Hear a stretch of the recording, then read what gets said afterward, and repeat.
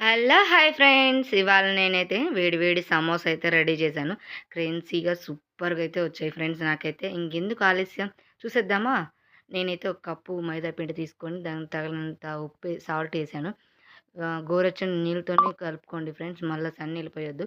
గోరువెచ్చని నీళ్ళతో ఉండలు లేకుండా సాఫ్ట్‌గా, సెమీ సాఫ్ట్‌గా కలపండి. నేనైతే ఇట్లా సాఫ్ట్‌గా కలిపాను.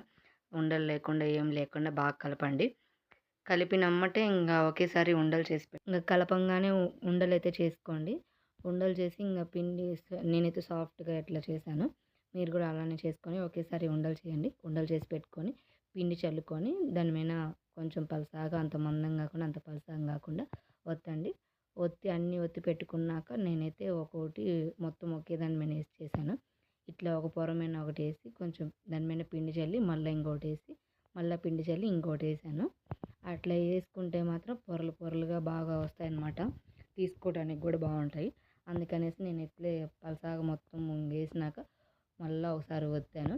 కర్రతో ఒత్తేసినాక ఇట్లయితే నాకు బాగా వచ్చాయి అన్నమాట. మీరు కూడా ఒకసారి ట్రై చేయండి. మొత్తం ఇదిగో నాకైతే ఇలా వచ్చింది షార్ట్. ఇదైతే ఒక వేడి పెనం మీదైతే పెట్టాను. పెనం పెట్టినప్పుడు మీరు సిమ్‌లోనే పెట్టండి. హైలో పెట్టద్దు. మళ్ళీ మాడిపోతుందన్నమాట.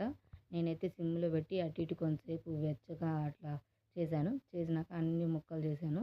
అటు సైడ్ ఇటు సైడ్ కట్ చేసి మొత్తం ఒక షేప్ లాగా తీసాను. ఇవి నాకైతే ఇట్లా పొరలు పొరలుగా వచ్చాయి. నాకైతే బాగా వచ్చాయన్నమాట. మళ్ళీ అవన్నీ ఆరిపోకుండా మళ్ళీ దాని మీద తడిగుడ్డు కప్పండి అట్లనే. తడిగుడ్డు కప్పంగానే మళ్ళీ ఒక చిన్న దాంట్లో అయితే కొంచెం మైదా పిండి వేసుకొని కొంచెం వాటర్ కలపండి. వాటర్ కలిపి దానికి ఉండలు లేకుండా ఏం లేకుండా ఒక పేస్ట్ లాగా తయారు చేసి పెట్టండి. నాకైతే ఇట్లా అయితే ఒక పేస్ట్ లాగా తయారు చేయండి ఉండలు లేకుండా. ఉల్లిపాయలు కోసిపెట్టి దాంట్లో కొంచెం ఉప్పు, కొంచెం కారము, కొంచెం గరం మసాలా అయితే వేసి పెట్టుకోండి. వేసి బాగా కలిపి పెట్టండి. నీరు లేకుండా కొంచెం బాగా కలిపి పెట్టండి. కలిపంగానే కూర అయితే తీసుకొని దాని మీద ఆ పేస్ట్ అనేది పూసి, నా దగ్గర అయితే నేను ఇంకొకరు ఎవరు లేరు తీయడానికి వీడియో, అందువల్ల నేను నా సొంతంగా తీయాల్సి వచ్చింది. మీకు అందుకని అట్లా డీటెయిల్గా కనపడట్లేదు. ఈసారి ఖచ్చితంగా డీటెయిల్గా తీస్తాను. అలా పొరగా చేసినాక దాంట్లో మనం కలిపి పెట్టుకున్న ముందుగా రెడీ పెట్టుకున్న ఉల్లిపాయ మసాలా ఉంది కదా, దాంట్లో పెట్టుకొని అలా అయితే సాఫ్ట్గా చేసి పెట్టాను. నాకు షేప్ బాగానే వచ్చింది, కొంచెం పర్లేదు. వేడిగా నూనె ఉంది కదా, నూనె పెట్టి కొంచెం అంటే ఫస్ట్లో నేను హైలోనే పెట్టి చేశాను. తర్వాత ఉడకలేదనేసి మళ్ళీ సిమ్లో పెట్టి చేయండి ఫ్రెండ్స్. మీరు కూడా నాలా మిస్టేక్ చేయొద్దు.